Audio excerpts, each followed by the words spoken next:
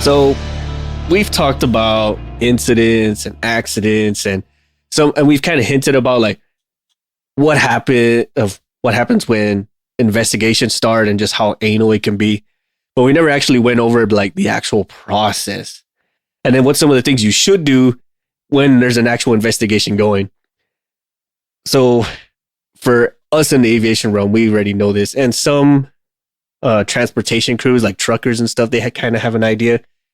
But the National Transportation Safety Board, or NTSB, when they start an investigation, everybody's hairs start standing up, because when they get involved, some people are probably going to be let go or in jail or both. Yeah, typically there's also loss of life once they get involved too. It's pretty in-depth process because it was such a severe or tragic accident. Right.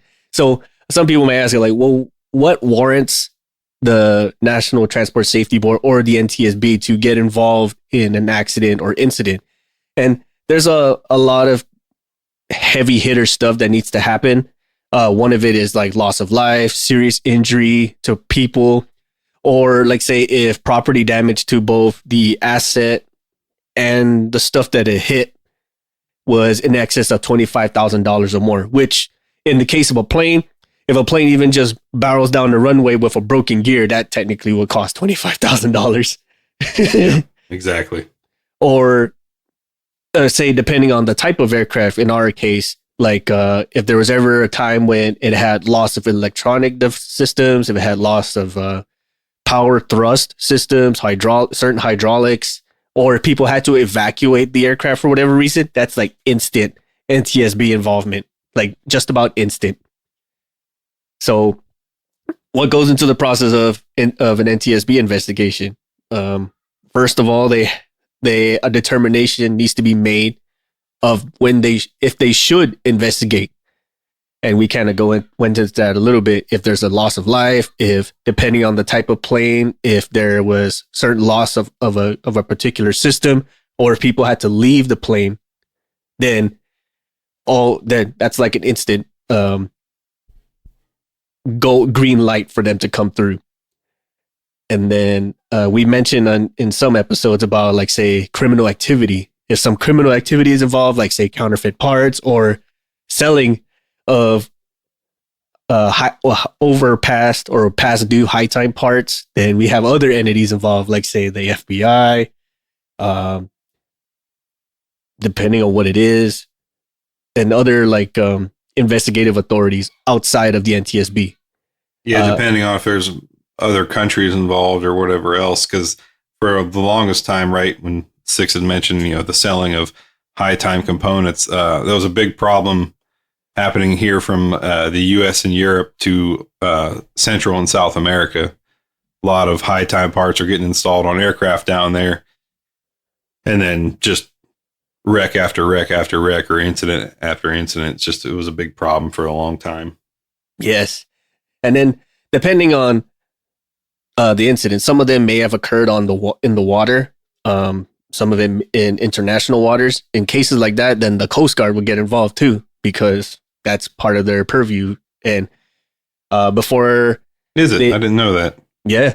Before, actually, the U.S. Coast Guard today is part of Department of Homeland Security. But before that, I think this was pre-2001, they used to be part of Department of Transportation. So and anything involving like transactions or transporting of goods or accidents on the water would be part of the U.S. Coast Guard's purview, hence the gunships and stuff. I think we've seen certain movies, like I think it was Lord of War with Nicolas Cage, where the Coast Guard was like hemming them up because they were a foreign military with suspect guns or foreign materials on their ship.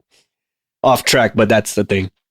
Well, I'm going to keep us off track for a second. What was that video that came out? Was it last year, where it showed this Coast Guard rolling up on like a very not well made submarine? And they jumped on the back of that and they're like pounding on the hatch and guns drawn and get out, like, yeah. Oh yeah, I remember that one. I think it was a submarine carrying drugs over from Cuba or something like that. I don't remember, but Yeah, I I was don't like, remember. holy shit! I didn't realize the Coast Guard went like that. Oh yeah, man. People think the Coast Guard is just like a knockoff version of the U.S. Navy, but there's some heavy hitters in there, man. Um, some of them were prior special forces, and I'm sure they do something to the effect of those drug seizures and stuff. It's kind of it's one of those lesser known secrets of the air quote secrets of the Coast Guard, but they do roll like that, and they do come in guns drawn and all that too. But for the most part, everyone just thinks of them as the knockoff Navy, and there's some jokes between the other services that the Coast Guard doesn't even count as a service. I think they make those jokes in that show with Steve Carell on Netflix, Space Force. Space Force, yeah. Yeah, they're all the generals are sitting around. They're all talking shit to the one Coast Guard guy. I was like, so you're under us? Like, no, they're still above you. A freaking monkey astronaut is higher ranking than the Coast Guard. So with the process with the NTSB, a lot of this stuff that they do is non-linear. So a lot of phases overlap with each other. So besides like the decision to investigate, they also do on-site fact gathering. They do analysis of the facts to determine probable cause. They publish a final report, and then they advocate or recommend certain safety measures to make sure it doesn't happen again. This is just wave topping a lot of the stuff that they do. But going on to the part that gets everyone nervous is the on-site facts gathering. Yeah. And well, I guess we should probably start off with the first one, right? Decision to launch, which I think you kind of already went over that a little bit. So talking about what would call them out, but just as the phase begins with when NTSB is notified of a transportation accident or a modal leadership. Man, say that 5 times fast. Modal leadership decides to launch an investigation. Its immediate aftermath of the accident. Some instances are the involvement will come as critical safety issues are identified in the investigation by another authority. Like you said, for the Marines and Coast Guard. Sorry, I'm kind of backtracking here a little bit. No worries. Accredited representative. The NTSB will assist the investigation as an accredited. So that's if like it's in a foreign thing. That's interesting. Yep. Now, what goes into a notification, right? Some of you might be asking, like, what goes into the notification to NTSB is that, okay, we're launching, right? Aside from the fact that there was an incident, it goes into what the type of aircraft it was, who's it registered to, who owns the plane, who's operating the plane, the names of the crew members involved with the accident, the people who were involved in the aircraft up to the accident, the date and time it happened, the last point of departure, and the intended landing areas, things of that nature. It even goes into like what was the weather like when the accident happened, because that plays a factor too in aviation. And then or moving even ships too, right? Yes. Is there a hurricane coming through somewhere, Yes. And then depending on what the plane is, like say if it was a military plane, what kind of explosives were on the plane? Was there any radioactive material or other dangerous stuff? Because depending on the aircraft, say a military aircraft, there may be some depleted radioactive materials that are on the plane, or there's some like it's radioactive but not extremely. Like certain radioactive materials keep the plane operating, but they have like anti-clotting properties and stuff like that. So moving on to like the part that gets everybody nervous is the on-site or on-scene fact gathering. During this phase, the NTSB investigators will gather data and information needed to analyze the accident. This includes where the team will travel to the site, and then they'll perform interviews on all the people involved in the accident, the ones that are not seriously injured, obviously. And they'll investigate the accident itself. They'll investigate the logs, the records. They'll investigate the team members that are involved. And this is also going in the lines, I'm kind of wave topping this, but whenever an investigation has been decided or decision has been made to launch, everything that was involved with that accident gets locked up. The logbooks, the crew members, the people, the support equipment, all that. Yeah, I think even the people who worked on the aircraft in this specific instance, I think even they're on hiatus from work. Yes. Until the investigation clears, depending on the severity of it. But you might be sort of stuck in your home. Yes. And you'll be called upon to conduct the interviews. When the interviews are being conducted, you'll be questioned, all that kind of stuff. And then if you're determined not to be a factor, you could probably be released to work at that point. But if you were determined to be a factor due to negligence or whatever else, you're probably going to prison. Yes. And that they also lock up the training records of everybody involved, licenses of everybody involved, all that stuff. Anything that could have potentially have led up to that accident, even to the point of, or did you get enough sleep that day or the night before, will get called into question. And all that gets locked up and preserved because they don't want people tampering with evidence. And it has happened before, especially like with our previous scenario where people were selling high time parts. They would say something along the lines like, "Oh, these were destroyed," but they don't have the records saying that. It's to kind of blur that line between like for resaleability or something of that effect. So the on-site team, the investigation teams are on site. They're going to start doing their facts gathering.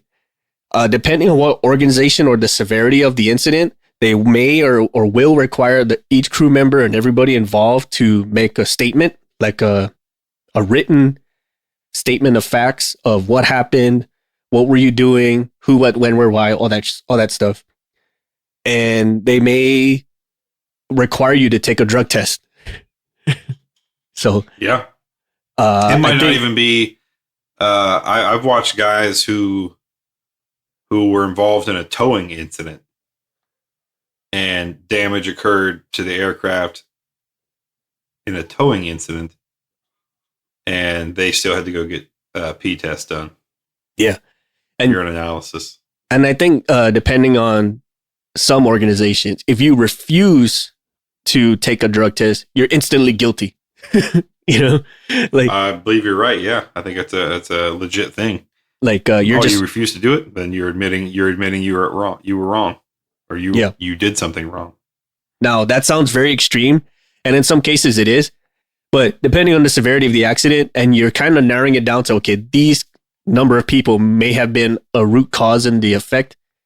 And they say like, well, I refuse to take a drug test. Like, oh, that kind of, in a logical person's mind is like, well, okay, so if you're refusing, that's kind of like admitting guilt at that point. And in some cases it does. Or if they don't immediately pin you as guilty, they'll just say, okay, well, since you refused to take a drug test, you are now suspended from flying.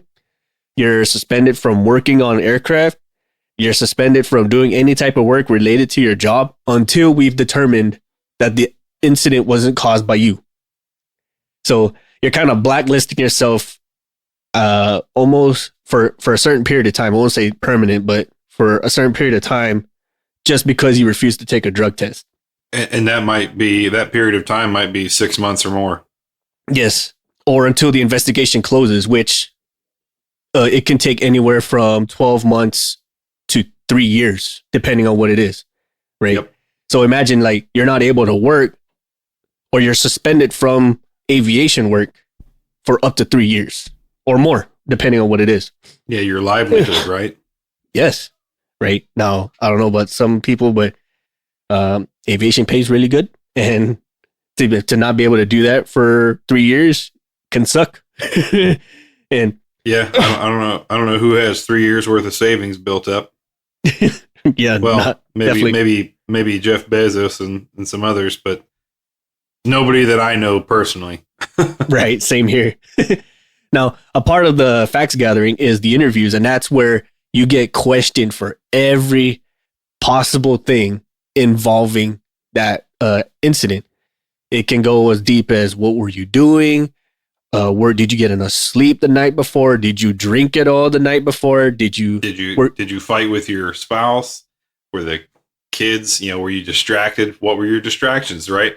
it's like going. If anybody ever sat through a polygraph, or if anyone has ever sat through a polygraph, it's one of those. And if you say a response that piques their interest, then they'll deep dive that one response to get as much info out of you as possible. Yes, absolutely. And that's the part where people start cracking because depending on the timeline of when the incident occurred to the time you were involved, it could have been days or weeks, even depending. And some of that information you don't remember. And so when they start asking these questions, it starts like implying guilt into your brain. So you start like wondering if you really did or didn't do certain things. And it's like, you were involved in this and that? I'm like, fuck, was I? You know? Yeah, did I do that? I mean, yeah, they can start making you believe like you you did that stuff. Oh, okay, they'll even look at to like, okay, you're the maintainer. What was your relationship with the aircrew like? If you, we talking with so and so, we heard you and the pilot had an argument in the break room the other day. Could that have led to your decision as to why you malpractice malpractice maintenance and causes plane to crash, hurting pilot so and so severely, or stuff like that? I mean, it gets very, very in depth. Right. And so for our recommendation with that is just be open and honest, give short, direct, and concise answers, right? Like don't elaborate on anything unless they ask you to. Don't give sarcastic remarks or anything like that because it's kind of like how you get your Miranda rights read to you. Like anything you say can and will be used against you in a court of law, which is 100% true because once NTSB does get involved, 90% chance this is going to court if they find someone remotely responsible for the incident happening. Now, is this one thing? Is this with the NTSB? Can you have a lawyer with you while you're being questioned? I don't know if it's the same as like a normal court case. I don't know. Are you allowed to have a lawyer representation? Ooh, that's a good question. I myself don't know. And yeah, I don't know that either. I don't think the article discusses it either. I would say if other legal entities get involved, then you might want to do that. Or I think like there's going to come a point when the NTSB determines an issue and they say, hey, you might want to get yourself a lawyer. But usually with it, and this is me just thinking out loud, I want to say like with incidents involving NTSB, it's pretty cut and dry as to who might be a causal issue. But like you said, that'd be a question that we should ask. Like for anyone out there, like, are you allowed to have a lawyer with you when the NTSB is questioning you? And this kind of goes into what we've been preaching in previous episodes: is your logs and your documentation. All that stuff gets locked up to include your training records. And if your write-ups are vague or they don't have a whole lot of information, that leaves a lot of open questions. That leaves a lot of open-ended questions to be asked of you. So, like MVP and I've been preaching since the very beginning, like you got to make sure that your write-ups are to the T. They tell the story to the T. Like don't give me like exact details of everything, but it gives me enough information where I don't have to ask questions, because we're involved in an incident, and your write-ups may be the determining factor that keeps you from being guilty. Yeah, I mean, kill it with information. That's why leave it to the point where nobody can ask questions. That's what I always teach new guys. That's what I've been harping on here. Kill it with information. Like I said, if anybody can come in, or like Six said, if you come in and NTSB is reading the logbook write up and it's performed INS GPS ops check good. Well, why did you have to perform that ops check? What was there something wrong with it? There's no write up saying there was anything wrong with it. So is that why the plane flew into the side of a mountain, because it was the INS GPS was acting up? What did you do that ops check in accordance with? Like there's a lot more going on here than it's why I'm saying you got to make sure you're as complete and concise as possible. Ab- because for these very reasons. Absolutely. And then if you used any support equipment in there, I mean, it wouldn't hurt to jab that in there into your write ups too, like perform servicing of hydraulic system, whatever the heck, using serial number, cart, whatever, and that just it answers the question if should an investigation pop up. And sometimes your write ups is the one that's going to save you because your mind may not recollect everything that happened, but your write ups did. So they're asking you all these questions like, what did you do? Why were you there? And all the other 5 Ws. And like, I don't know. I don't remember anything of that. All I remember is I did a job. I fill out my paperwork and I went home. And then they see the write ups and it says, okay, did this, and that, use this GC. Okay, check mark there, check mark there. And they perform the investigation on all the stuff that you used. And then they determine that it wasn't you. And so you're free to go. And those little things or that those moments where it feels the most painstakingly unnecessary could be the parts that let you go off or let you off the hook. And yeah, what you hate today in logbook write-ups could save your ass tomorrow in an investigation. Yes. And then here comes the analysis of the findings. Like after they've dug through and they've quizzed everybody and then they made everyone feel like they're guilty or make kind of like those indirect implications that you are guilty, because we've all felt that before too. Like you kind of have the sense that you are the one at fault, and you feel that way just based off their questions and the second guessing of yourself. And you're not going to know what they found until they start publishing their findings. And sometimes it depends on what it is. It can be months or years after the fact. But here comes their analysis of findings, and that's when they take all the information gathered, they piece it together, they come up, they try to build the story backwards. And they use all the technical terminologies and stuff like that. And then the report will provide a description of the accident, a review of all the factors that could have went into it, an analysis of what they used to determine it, and figure out a probable cause. Some of them, they may be a little bit more vague than others, but there are times where I think we've mentioned it in previous episodes where the cause was a part being installed incorrectly back at factory, like so many months ago, right? And you just so happened to be the last hands that touched it before it went into the plane and up in the air. But until that point, you didn't know. Like, oh, fuck, was it me? I was the last one who touched it. Right. Yeah, it could have been a manufacturing defect that finally showed itself through, but you wouldn't have known because all you do is install a component, but something internal that you have no way of knowing, right? Mm-hmm. Finally failed. That's a good point. Like with the in-depth investigations, like depending on what component failed, the NTSB will be going to the manufacturer of that part and investigating the manufacturing process. Yes. To determine there's no other bad components out there floating around or what the cause was, right? Was it the actual component and poor manufacturing process or inadequate materials, right? That caused the failure. For example, like generators, right, that you have on your motors. There was a manufacturer for a specific airframe and engine back when, and I won't use names or anything here, but the generator manufacturer went with cheaper vendors who to source their parts from to build their generators, and generators were just failing left and right. Didn't know why. It turns out the brushes that they had gotten for their motors from that one of the cheaper manufacturers of the brushes, those brushes were just wearing out, cracking, breaking, degrading at an accelerated rate because the material was less than acceptable. Right. And it's one of those, like, you just won't know. Like, you just see it's a generator. It doesn't look damaged. All the checks are in place saying that it's working fine. It tested good on your initial run-ups. And like MVP's alluded to, some of these brush failures, you won't realize until maybe 3, 4, a couple thousand hours down the road. And by that time, you just may have been the unlucky lottery winner to be that 1,000th hour threshold to induce that failure.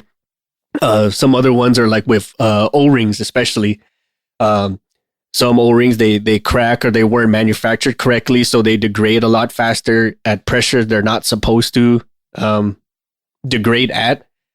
And then, but that's something the NTSB board is to investigate these issues. Like, was it really the crew members or the technicians involved's fault, or was it something far back that no one had eyes on?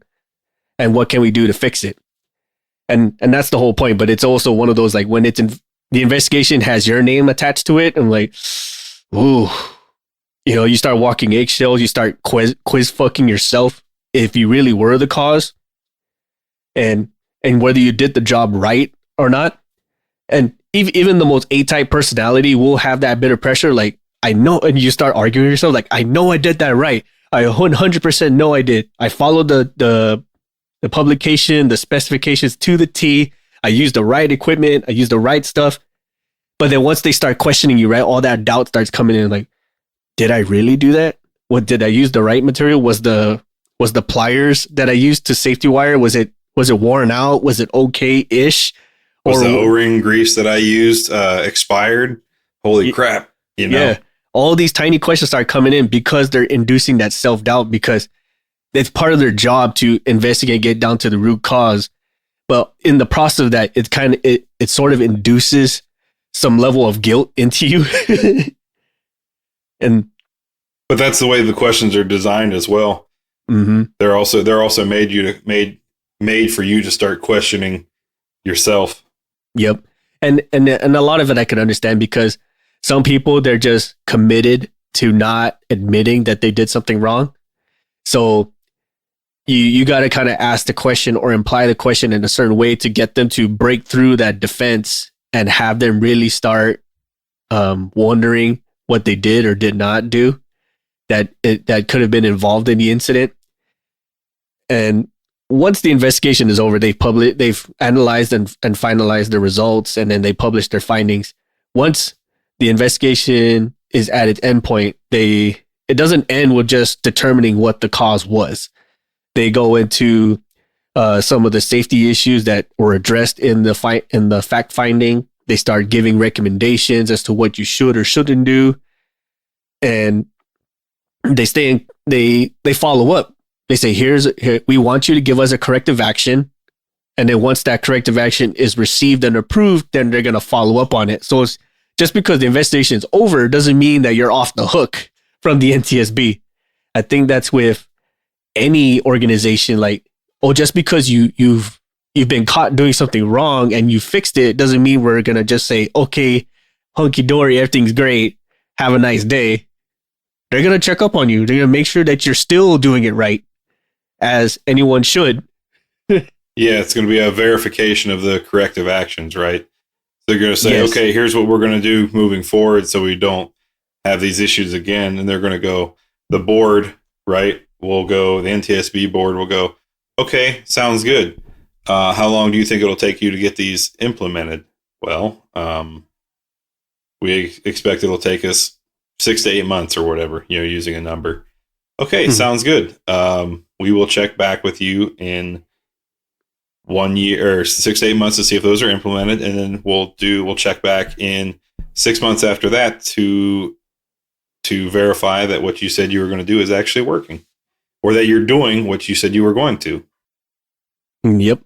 Because how many times have you and I have seen that, especially even at the lowest level? Like, say you as a lead or as a manager, you caught someone doing something wrong, and they say, okay, you got me. I fucked up. I'll fix it. And then it's kind of like the toddler's version of I'm sorry, but they're not really sorry. They're just saying sorry just so you shut up and get out of their face. Yep, exactly. And so this is at the agency level now too. So we're making sure that they're not just giving the safety boards and the cognizant agencies overseeing them the toddler answer of I'm sorry, I'll never do it again, and then turn right around and do the exact same thing because we care more about production and operation and revenue more than the safety of our people. Jesus. Because yeah, we're not stopping production. Go ahead and write us up, Phalos, but we're not stopping production. Okay, I guess you'll stop when the NTSB gets involved. Yes, and depending on the cognizant level or the severity of an incident, both the NTSB and the agency that's overseeing control and regulation of an organization can and will shut you down if the severity or of the incident is high enough, or that your corrective actions to fix the problem is not adequate, or you just blame, you just not do shit at all. And you're like, you know what? Fuck you guys. We're going to do what the hell we want and just burn our people out until kingdom come. And, or like you said, nothing stops production. Just keep writing us the fails. Got you. Here's your letter of closure. And we're not going to stop until A, you fix it, or all of you are out of a job. Well, that's exactly right. And typically, in these types of situations, there are people at the top that are going to lose their jobs, especially if it's deemed to be like, oh yeah, we kind of knew this was happening. Oh, yeah, you're done. You're done. You're definitely done. So this is like not really to scare people, but it's more along the lines like these exist for a reason, and it's because of we don't want repeated mishaps to be an all the time thing. We don't want people who are transporting or in the process of going places to have to worry about a plane or a truck going off the rails and then crashing into something. This is what these are for. And sometimes these are the last line of defense, I would say. These are like the last line of defense to ensure that incidents are caught, or the causes of certain incidents are caught. So at the lowest level possible, we can fix them before they become a reoccur issue. Yeah, if anybody listening has ever dealt with a car or a corrective action report before, this is a corrective action report on steroids. Yes. This is this is one you can't just slough off. Absolutely. And yeah, like Six said earlier, yeah, just we'll do this, just whatever it takes for you to get out of my face so I can keep moving forward. No, this was one of those like, no, I'm in your face. You're going to answer me, and your answers better be correct. Yep. And also, if the answers are correct, I'm going to check in and verify that you're a person of your word.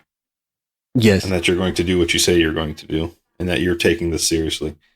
Because if you get off, let's just say you get out of jail free card this time, you will not the next time. Absolutely. So what does this mean to the average line mech? This means that to make sure that your paperwork is in line, make sure that you're using your equipment correctly, that you're reading the publications correctly. And if there's something wrong, or your organization is pushing you to do something completely unsafe, that there's a check and balance to ensure that they're not only staying in line with regulations, but there's a way to prevent an incident from happening. Now, I'm not saying to go rat out your boss to a legal agency, but it's definitely something to keep in mind. Like, so if something is clearly unsafe and it's trending towards a major incident, it might be a good idea to throw up that flag, that notification flag, say, hey, there's an issue going on and we need to put a stop to it before something drastic or catastrophic happens. Yep. Agreed. Final thoughts on this one, MVP. I think we kind of beat that process up. I mean, besides actually having a full-on NTSB representative here to walk us through it. Which actually would be pretty nice to do. So we're a little bit of a shorter episode today, and the episode is not to scare anybody, but it's to drive home the fact that you got to take a lot of your job seriously, right? We all like to just smoke and joke and have a good time, but you need to be serious with the work and the quality of work that you're outputting, because the other side is, if those things break or something happens in flight, you're not really just pulling the plane over to the side of the road and saying, oh, I'll call AAA, we'll get towed back to the hangar. Oftentimes when things fail in flight, it's pretty severe. And again, we're not here to scare you, but just to let you know of what the process is and what you can expect should you find yourself under investigation. And as Six alluded to, be open and honest, and admit if you were wrong, right? If you knew you were wrong, admit it up front. It'll save It's going to suck initially. I promise you, it'll suck initially. But it's far better to be open and honest up front than for them to figure it out on the back end after months and months of investigation, and to come back to you and go, so you want to revisit what you told us before? And we suggest you do because we know. You know what I mean? Yep. And they already have a pair of scissors in their hand ready to dice up your license too. Oh man, I've watched FAA inspector cut somebody's, I think I've said it several times in here, but cut up their license in the middle of a ramp in the middle of their workday. And that was it. Yep. Game over. So for everyone else out there, if you've ever experienced an NTSB investigation and a process that was unique or worthy of sharing to everyone else out here, please reach out to us. Let us know. Social medias, on our website, by email, whichever way is easiest for you. Let us know, because we want this to be a continuous learning curve for everyone, including ourselves, because there may be some steps or process that we ourselves have not seen, and it's something worthy of all of us to know. So by all means, and also if you've been an NTSB representative, like reach us to us as well. Let us know like what some of the things that we've missed, or what some of the things that everyone else should know about the whole investigation and analysis process. Yeah, please divulge as much information to us as possible so we can get it out to everybody who works in the industry, so everybody can get a little bit smarter about what's going on. Absolutely. On that note, thanks everybody for listening, and we will catch you guys next time. Bye, everybody. We'd like to take this time to thank our patrons for supporting our show and allowing us to continue to make episodes, maintain our gear, and create merch for all of our listeners, with special thanks to Erica Lamont, Chris Hawkins, Ryan Frushauer, Dan Schubert, Jenny Dignan, and the ladies of the Dick Talk and Mimosas podcast. Thank you all so much for your support and patronage. Visit our shop at cancelformaintenance.com and grab some swag to show off both your support for us and your prowess as an aircraft technician.